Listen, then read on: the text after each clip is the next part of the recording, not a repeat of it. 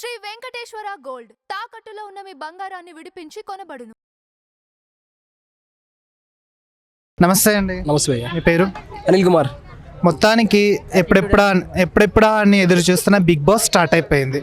ఈ సీజన్లో big boss కొంతమంది సామాన్యులు దాంట్లో ఎంట్రీ అవ్వడం జరిగింది. అండ్ ఇమాన్యుల్ కానీ కొంతమంది ఎంట్రీ అవ్వడం జరిగింది. ఎలా ఉండబోతుంది అంటారు అసలు? First of all Bigg Boss మీకు స్వాగతం పలుకుతుంది. దయచేసి అందరూ హాల్లోకి రావాల్సి కోరుతున్నాడు వీటితో పాటు. ఓకే, అంటే మిగతావి ఇంకా ఫస్ట్ డేనే నడుస్తుంది ఫస్ట్ థింగ్. దాని తర్వాత చూద్దాం ఎలా ఉండబోతుంది ఏంటి సంగతి అని చెప్పి. ఇప్పుడైతే ఇంట్రక్షన్లో జరిపారు అందరూ. అంటే నా పేరు ఇమానులు, నా పేరు రితు చౌదరి, ఇంకా కొత్త వాళ్ళు అయితే వచ్చారు కదా, వాళ్ళ పేర్లు కూడా నాకు నోట్ డౌన్ అయితే అవ్వలేదు. ఒక 1 వీక్ తర్వాత ఎంటర్టైన్మెంట్ తగ్గిందా ముందుపడితో పోల్చుకుంటే ఎలా ఉంటుంది మనం చూడాలి అంతే. ఇంకొకటి ఏంటంటే బిగ్ బాస్ అంత దరిద్రమైన గేమ్ షో ఇంకేదీ లేదని చెప్పేసి కూడా నెటిజన్స్ కొంతమంది ప్రజలు అంటున్నారు. దాన్ని నిజమే అంటారు?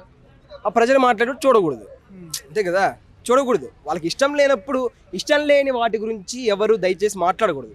ఇష్టం ఉన్న వాటి గురించి మాట్లాడడం వేరు, ఇష్టం లేనప్పుడు మాట్లాడడం దేనికి అవసరం లేదు కదా.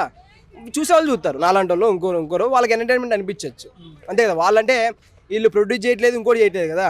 ఏదో నాగార్జున గారు చూసుకుంటున్నారు, వాళ్ళకైతే వాళ్ళు చూసుకుంటున్నారు. ఇష్టం లేనప్పుడు చూడకూడదు అంతే.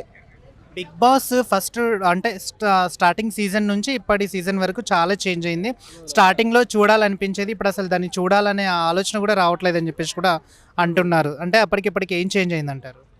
చేంజ్ అవ్వమంటే ఇంకా ఓకే అన్నతో వాళ్ళకి ఏంటంటే ఇంకా ఫస్ట్ డేనే నడిచింది. దాని తర్వాత ముందు ఒక 1 వీక్ వరకు చూడండి. చూసిన తర్వాత ఒకవేళ నచ్చకపోతే బంద్ చేయండి, అవసరం లేదు అంటే. లాస్ట్ టైం పల్లవి ప్రశాంత్ గారు విన్ అయ్యారు. ఆ ఇన్ఫాక్ట్ కూడా బిగ్ బాస్ మీద చాలా పడ్డది అని చెప్పేసి కూడా అంటున్నారు. అది నిజమే అంటారు? అంటే ఏ కైండ్ ఆఫ్ ఫీల్ నాకు అర్థం కాదు. అంటే జనాలకు నేను అంటే ఒక రైతు బిడ్డనని చెప్పేసి ఒక సెంటిమెంట్ని తీసుకొచ్చి అని చెప్పేసి దాని మీద నాకు చెప్పాను. అంటే మిగతా వాళ్ళు చెప్పాను ప్రొఫెషనల్స్ వాళ్ళు ఈ బిగ్ బాస్ కోసం ట్రై చేయనమాట. ఎవరికైతే సినిమా మీద పిచ్చి ఉంటుందో, తెర ముందు కనిపించాలి, ప్రజల్లోకి వెళ్ళాలి అనిపిస్తుందో వాళ్ళు మాత్రమే టీవీ షోలోకి వస్తారు. అలాగే వీళ్ళు కూడా ఇప్పుడు తెలిసిన వాళ్ళు మనకి అంటే అన్సీన్లో ఉన్న వాళ్ళు అంటే కామన్ ఆడియన్స్ 5 or 6 మెంబర్స్ ఉన్నారు. వాళ్ళకు కూడా సినిమా మీద ఇంట్రెస్ట్ ఉంటుంది. ఇప్పుడు ఏమవుతుందంటే వాళ్ళని తీసుకొచ్చి బిగ్ బాస్లోకి వేసిన తర్వాత 1 వీక్ తర్వాత 2 వీక్స్ తర్వాత 3 వీక్స్ తర్వాత వాళ్ళు బయటకు వచ్చే లోపు డైరెక్టర్లకి తెలుగు ఫిల్మ్ ఇండస్ట్రీలో ఆ పేరు మొత్తం పాకిపోతుంది అనమాట. దాని తర్వాత బయటకు వచ్చిన తర్వాత కాంటాక్ట్ నెంబర్లు తీసుకొని ఓకే పలానా వ్యక్తి ఉన్నాడు ఆర్టిస్ట్గా, ఓకే సినిమా ఆపర్చునిటీ ఇద్దామనేది ఒకటి ఉంటుంది అన్నమాట. అలా ఆ కైండ్ ట్రై చేస్తాను అందరూ. అగ్ని పరీక్ష విషయంలో కూడా అసలు జడ్జెస్ కరెక్ట్ అయిన జడ్జిలు కాదు అని చెప్పేసి కూడా ఒక వార్త రావడం జరిగింది. చెప్పు. ఏమో భయ్, అది నాకు తెలియదు, లోపల ఏం నడుతుందో మనకైతే తెలియదు. ఓకే పిలుచుకెళ్ళారు కదా, ఇంకా మరి చెప్పారు కామెంట్ పిలుచుకెళ్తాను, 5 మంది 4 మంది పిలుచుకెళ్ళారు, మంచిదే కదా మరి.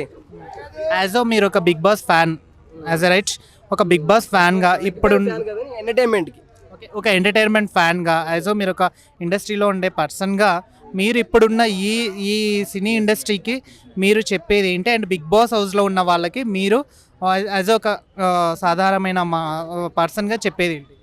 సాధారణమైన పర్సన్గా అంటే నువ్వు చేయగలవు, not today but definitely one day. ఏదో ఒక రోజు నువ్వు చేయగలవు అనే ఒకటి ఉందనుకో, నీలో ఉండు. ఫిల్మ్ ఇండస్ట్రీలో ఉండి దాని తర్వాత బయట పార్ట్ టైం జాబ్ అవుతుంది చేసుకొని ట్రై చేస్తూ ఉండు. కానీ అంటే సినిమా మీదే స్కోప్ తోటి నీకు అవకాశాలు రాకుండా తెలిసిపోయింది కదా మనకు 1 month 2 months 3 monthsలో శివకాల అవకాశం లేక ఫుడ్ లేక సినిమా మీద పిచ్చితో అలా ఉండడం మంచిది కాదు. నాకు కూడా ఒక చిన్న జాబ్ అయితే ఉంది, సినిమా మీద ప్రేమ అయితే ఉంది, దానికోసం ట్రై చేస్తూ ఉంటాము. ఏదో ఒక రోజు దమ్మున్నప్పుడు ఎటు పోదని నా అభిప్రాయం అంతే.